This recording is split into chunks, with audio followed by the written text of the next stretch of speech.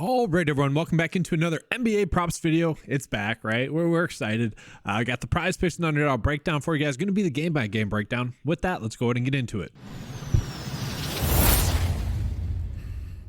So as it sits right now, obviously we're not going to be getting that many great prop bets, but the nice thing about this being the day before is that we probably are going to get some good edges here and there, depending on some news that comes out. Maybe we get some big edges, and so that's what we're going to prepare for here. As you guys know, I typically like to default to the fantasy score prop bets because for the most part, those are going to tend to be the prop bets that give us the biggest edge on a daily basis. So I probably will be chasing those, but right now we can see we are getting maybe one good EV bet and a few other ones that are looking pretty decent, right? And it is a somewhat limited board right now, but with that, let's go ahead and get into the game by game breakdown. All right, so jumping into the first game, we got the Nets versus the Raptors. The biggest piece of news in this game is going to be the fact that the Brooklyn Nets are going to be without their head coach. He was let go over the All-Star break, Jacques Vaughn there. So they're going to be with Ali, I believe his name is, his last name. Don't know much about him, but the biggest question is, one, does that mean Ben Simmons is going to get more or less run? He is someone that has had his minutes limited. I would imagine that his minutes are still going to get limited, but he is someone that wants to play because he wants to get paid. So he's going to need to start playing some more minutes here.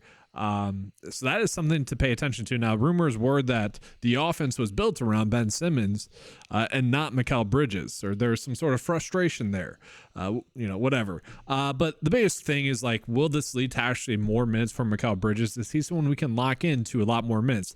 Does that mean that someone like Cam Thomas is now going to get more run as well? It is extremely tough to say because really the Brooklyn Nets do go deep. They got DSJ, who's really not going to play that much. Dennis Schroeder there, who's obviously a good ball player as well. You got Cam Johnson. Wilson was playing well. And then looking at it, Nick Claxton has some company now. You got Wofford, you got Sharp, they're both good to go. So to me, when we see the profits that we were getting for the Brooklyn Nets, I personally feel like I don't want to touch these ones. Like, is Ben Simmons going to play a lot of minutes or not? We don't know. Like, that's the biggest question mark, because if he does play a lot of minutes, then he should be able to get over, really, I would say, his points, rebounds, and assists. Mikal Bridges, same thing. If he's going to get heavy minutes again, like we have seen in the past, then I would say that his PRA right here is a good prop bet. But as it sits right now, we don't really know. That is definitely a big guessing game to start off the slate. Let's go and jump into Toronto. Should be a little bit easier to predict. RJ Barrett is someone that has been very scoring dependent and playing a lot of minutes. Like, I think he is someone that I would want to attack in this slate. Joachim Poeltl, surprisingly, has been someone that has gotten a lot of run over his past couple of games, especially in games that have stayed close. If he can begin around 30 plus minutes and we can rely on that, he's going to be someone that at that prop line right now of 23.5 PRA, he should be able to crush that. Now, the biggest point of concern is that Kelly Olynyk is there, who in a way does play somewhat of the same as him. And so that is a concern to me. Now, Kelly Olynyk only played 7 minutes in the last game, but he's going to be good to go in this game. So, like, what do we do with that, right? That does feel like a guessing game there as well. Really, the players that we can bank on here are going to be quickly, because we know he's going to get a lot of minutes. You see his PRA is set at 26.5, which in a normal matchup, not against the Brooklyn Nets, would be a good line that we are getting. But there he is going against the Brooklyn Nets. And, if Ben Simmons does play a little bit more, then that's going to be a difficult matchup. I don't mind RJ Barrett for PRA. RJ Barrett is someone that also has been getting, heavy minutes, around 35 minutes per game. And he's really just been crushing. And so, yes, I get that the line's a little bit lower given the matchup, but I kind of expect, the opening night back from All-Star break to be a higher scoring slate. And so I wouldn't mind that. But, for this first game, we're really not getting that many great prop bets. So let's go in and jump on into the next game. We got the Magic versus the Cavs, a 7-point spread there. 215 or so is going to be the over and under. Now, we did get some big news for the Cavs, okay? Garland and Mobley are no longer going to have a minutes restriction. That is kind of huge. And we know with the Magic, Markelle Fultz is out. That is also kind of a big piece of news. We know that with the Magic, at least when one of the guards have been out, that does help out the other 3 that are there. Now, if another one was out, that'd be even bigger, but we don't have that news. And so right now, looking at the good prop bets that we are getting right now, it's strange. Like, why are we getting Mo Wagner props? That's a little bit of a strange one to me. And we're also getting Cole Anthony and then Jonathan Isaac props. Like, that to me is a little bit strange in terms of those ones popping up as much as they are. But Jalen Suggs is one that I want to pull up and dive into a little bit more. So Suggs was forced to get a lot of minutes in his last game, 33 minutes in that game, but he has been someone that has been playing around 30 minutes. And so with Markelle Fultz out as well, we can kind of bank on that, I think, again. Now, the thing with Jalen Suggs is, typically speaking, he's a much better 3-point prop than he is like PRA prop, simply because, and I want to see if we are getting any of those for him, simply because, you know, he's someone that is going to shoot a lot of 3 balls, and we're not. But if he's making them, obviously that really helps his points prop for the over. But really, I do think the PRA would be the one I would want to run out for the over. The projection data agrees with it. The unfortunate side of it is that Vegas does disagree there. And so this would be a much better bet on something like DraftKings or FanDuel. That'd be where you'd want to run that out. And then other than that, we're not really getting any other prop bets that I personally think kind of stand out or are noteworthy. Sure, if Wendell Carter continues to get more run, that's fine. I don't really want to target the bigs for Orlando going against Cleveland, especially now that we have it established that Mobley is not going to be on a minutes restriction. And so Mobley was someone that I mentioned, you know, prior to the All-Star break, was being vastly underrated with the props that we were getting for him. And so right now his PRA of 27.5 to me still feels to be a little bit too low. And now the matchup with Orlando is a difficult matchup. I get that. Like, it's not a matchup you've been wanting to target, but he has been someone that has casually been really going off. Now, what does him not having a minutes restriction mean? Okay, that's the biggest question I'm asking, because is he going to play like 4 more minutes? And I'm going to bring up Jared Allen as an example. Like, Jared Allen's only playing like 35, 37 minutes. And so it's not like Mobley needs that many more minutes. And so I personally think that this PRA is one I just kind of wait and see, like, how many minutes is he actually going to get? That feels a little bit too risky. And really, this game as a whole feels a little bit too risky because it should be a low scoring game. So with that, again, let's go and jump on into the next game here. We got Detroit versus the Pacers, 11-point spread, very high scoring game though, 247.5. Looking at the injury report there, got to see if Isaiah Stewart's going to play, got to see if Cade Cunningham is going to play. Those are big pieces of news. Same thing with Aaron Smith and Jalen Smith being out as well. Those are, you know, casually big pieces of news. And so if we do get news that Aaron Naismith is out, this Andrew Nembhard prop in a weird way becomes one of my favorite ones, because he would be forced into a little bit more run. Not only that, but he is someone that should get run regardless of if this game is close or not. Like, if this game's a blowout, he should still get some run in this game. And so I think this is a good points prop. And if he's going to be someone that continues to get 30 minutes in this same role, well, then he should really be able to crush. His per 36 production with Naismith, Jalen Smith, and then also Bruce Brown, we can factor that in there, is 18.8 points. So obviously we're not expecting 18.8 points because we're not expecting him to get 36 minutes. But if we can get 30 minutes out of him like we have seen, and guys, the projections will be more close tomorrow. They'll be more accurate tomorrow. So I don't even want to pull up like the minutes projection. But like, we have seen the game log 30 or so minutes. And so if he gets that again, like that, to me, I love the data's telling us to bet that. And I agree, like this should be a good prop bet. So it's going to be one that I write down. It's a big slate. I have to write down my favorite prop bets.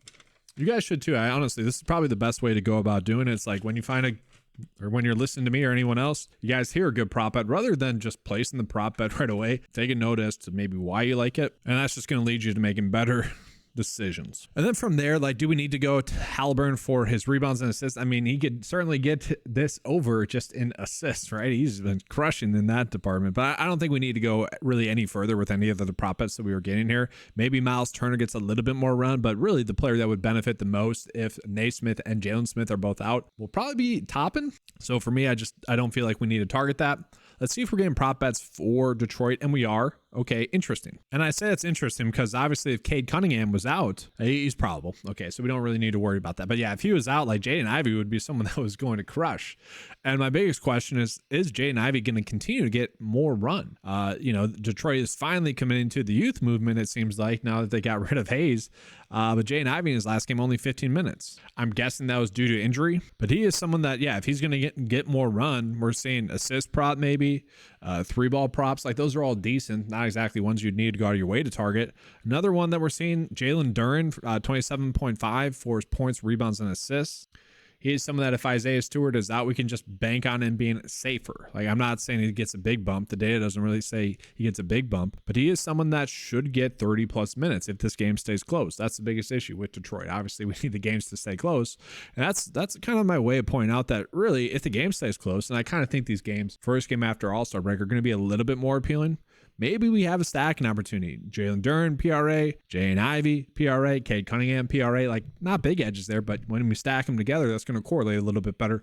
I don't mind the idea. Also, I don't feel the need to do that though. So with that, let's jump into the next game. We got the Knicks versus the Sixers. 1 point spread, 225 or 226 for the over and under. Looking at the injury report, Melton is still out. Embiid is still out. Covington is still out. Batum, game time decision. If he is out, that does create kind of an issue there. We'll see. And then looking at the Knicks, they're still banged up. Randall is still out. OG's still out. Mitchell Robinson is still out. Hartenstein, we got to see what's going to happen with him. Obviously, they just traded for Bogdanovich. So very difficult to figure out for my best ball drafts. I hope Donte DiVincenzo continues the run that he's been on.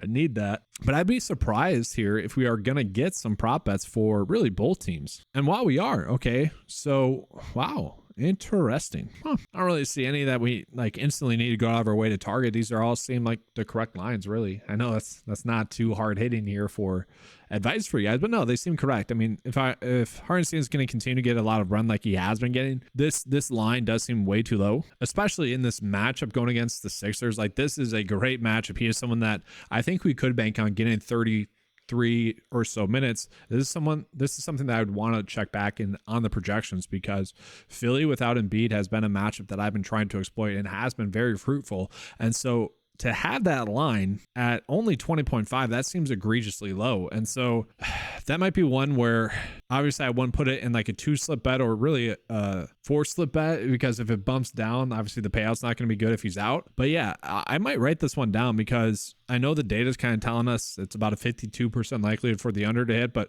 I really struggled to see that, because I think, again, he's going to continue to get that run. Maybe it's Precious. Maybe they continue to run him out a lot, and they have been. But that shouldn't really change the role for Hartenstein there. And for what it's worth, Precious has been playing a ton. Like, I mean, this is crazy. 40+ minutes in basically every game. I kind of expect that to continue as well. And based off of some of the lines that are popping for him, it does seem like we might be gaining a slight edge there. PRA, let's see that, 23.5.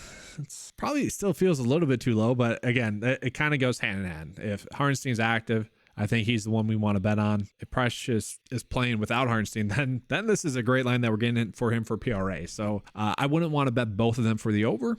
And honestly, it probably correlates if you wanted to bet one for the over, one for the under. I think that'd be the way to go. Donte DiVincenzo, for how well he's been playing, this line does seem to be like too low. Like, he has been crushing. And on top of that, he's just playing a lot of minutes. Like, look at the shot attempts, basically averaging 20 shot attempts per game and like almost double-digit 3-ball attempts per game during that span with, Randall and all those players out. And so this one almost also feels like egregiously too low. And I'm looking at it now, I think like both those two that I mentioned, Hartenstein and DiVincenzo, I kind of like for a game stack, and maybe a better thing to do on like DraftKings or FanDuel, but I think those are two pretty good prop bets that we were getting. Then on the flip side of that, I don't mind these props that we are getting for Tobias Harris. Harris is someone that is going to play a lot of minutes. Okay, this game is projected to stay close, and he has kind of stepped up into a bigger role with Embiid off the court. And we got to remember, it's not only Embiid, it's Batum, it's Covington, and it's Melton. And so with that, he has to step up into a much bigger usage rate. And so I'm going to read you guys off some data points here that are a little bit skewed, because obviously the Sixers have made some moves. They don't have Pat Beverly anymore. They got Cameron Payne. They also have Buddy Hield there. So like, it is a weird sample size. I'm just looking at it with the players that are listed out or questionable. So Batum, Covington, Melton, and Embiid. And so with those players out, Tobias Harris per 36 production averages 6 rebounds and 5 assists per 36. And so going back to this line here, that seems too low. Like, it seems like it should be at 10.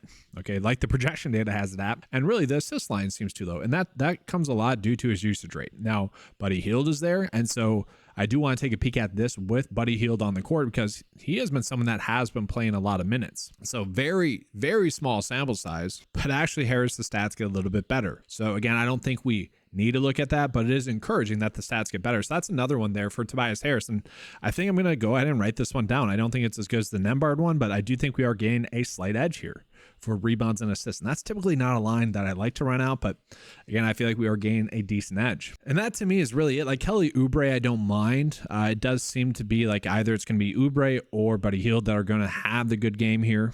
Paul Reed feels so hit or miss. He's much more of a DFS play.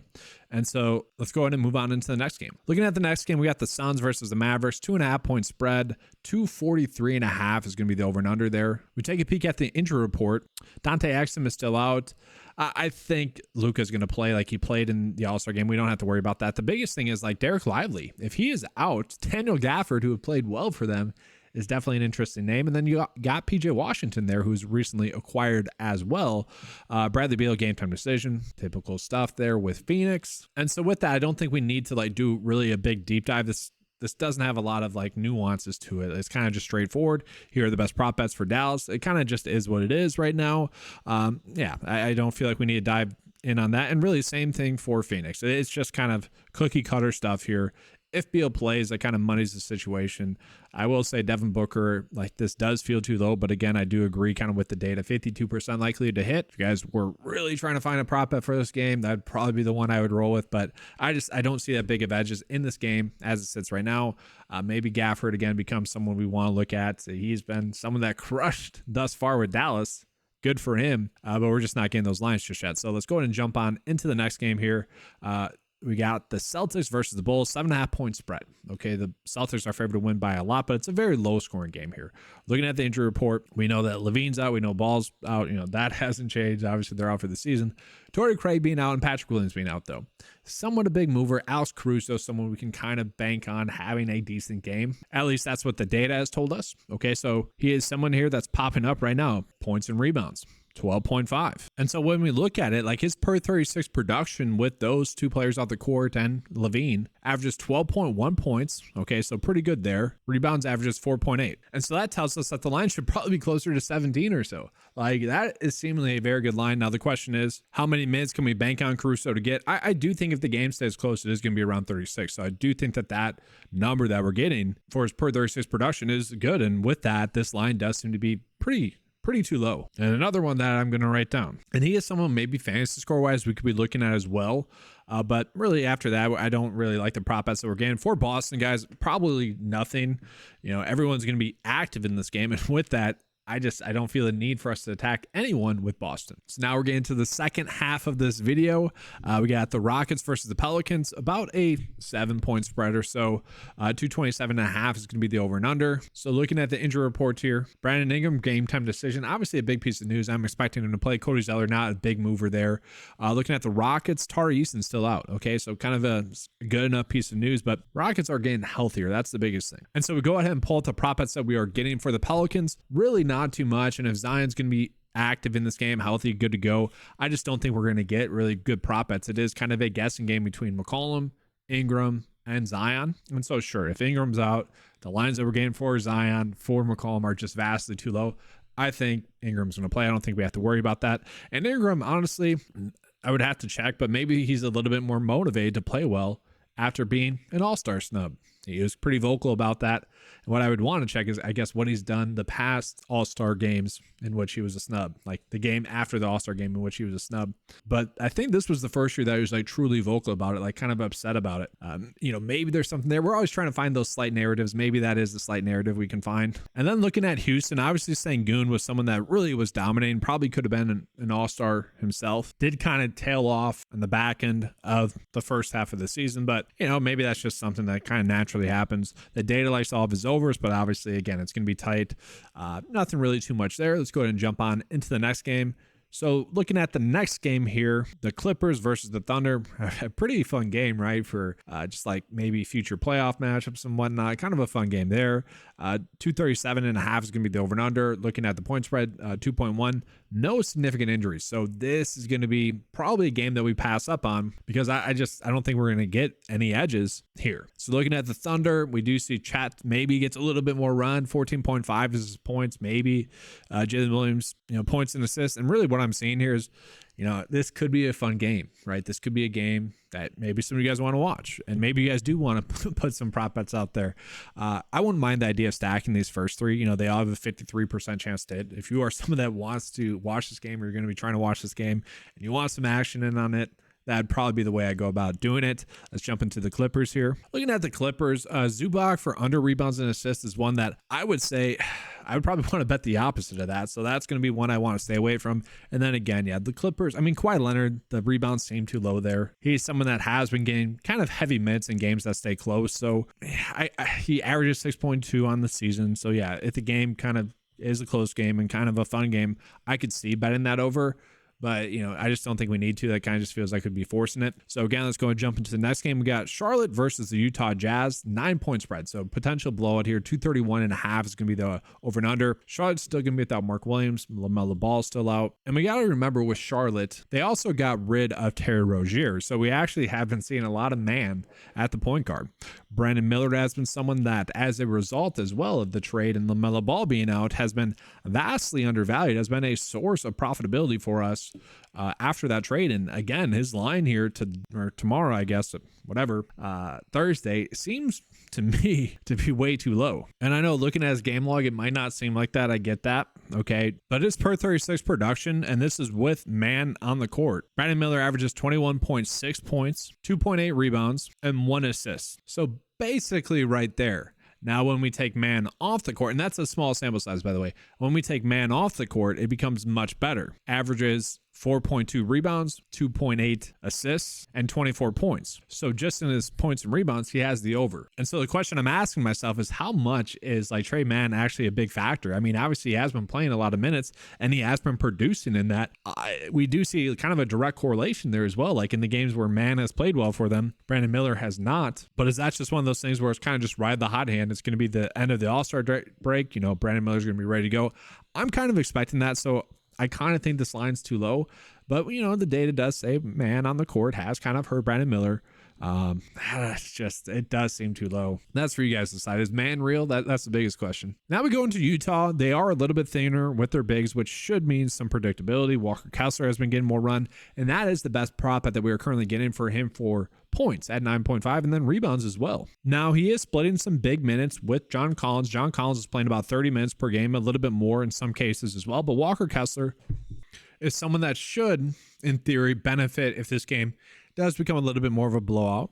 Okay. But he does get a good matchup. And if he is going to be getting around, let's say 28 minutes, then yeah, the lines that we're getting on him seem to be too low. So whether it's points or rebounds, you can target that. Now, do I see a bigger edge than what the data is telling us? No, it's about a 54% edge. I'm fine with that. Keontae George is certainly interesting. Okay. Keontae George is someone that has been playing massive minutes, and it's like they kind of let the cat out of the bag. They kind of just need to let him do his thing. And then the biggest question is like, all right, if he is going to get run, I think that means Chris Dunn, that whole thing should be done with as well. A little pun intended there.